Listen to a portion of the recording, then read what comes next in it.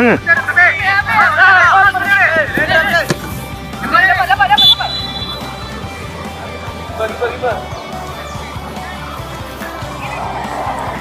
Salam sejahtera, wanakkam.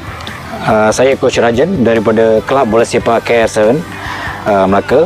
Kelab Bola Sepak KR7 telah mengadakan satu perlawanan persahabatan dengan Kota Sawapanda FC bagi menghadapi pertandingan bola sepak Piala Cahaya Mata Sarawak dikeluarkan oleh Persatuan Bola Sepak Melaka pada akhir bulan ini. Bagi menghadapi kejuaraan ini, pasukan Kelab Bola Sepak KR7 sedang giat menjalani latihan dan juga persiapan dengan mengadakan perlawanan persahabatan. Untuk kejuaraan pada kali ini, Kelab Bola Sepak KR7 telah menghantar satu pasukan yang dirangkumi oleh semua lapisan usia pemain, iaitu daripada umur 16 hingga 35 tahun. Ini adalah julang kali pasukan Kelab Bola Sepak KR7 menyertai pertandingan ini. Dengan gabungan pemain muda dan juga pemain senior, saya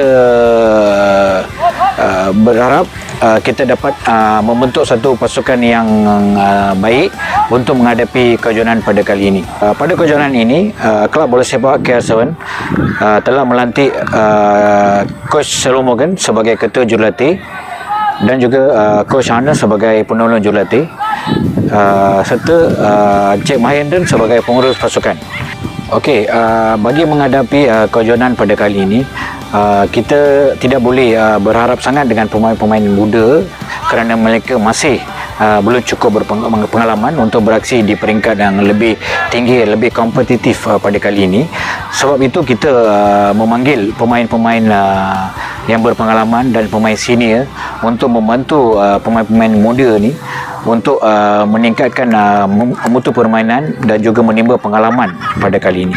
So semoga gabungan pemain muda dan pemain senior dan juga pemain berpengalaman dapat kita membentuk satu pasukan yang kuat bagi menghadapi kejuaraan pada kali ini.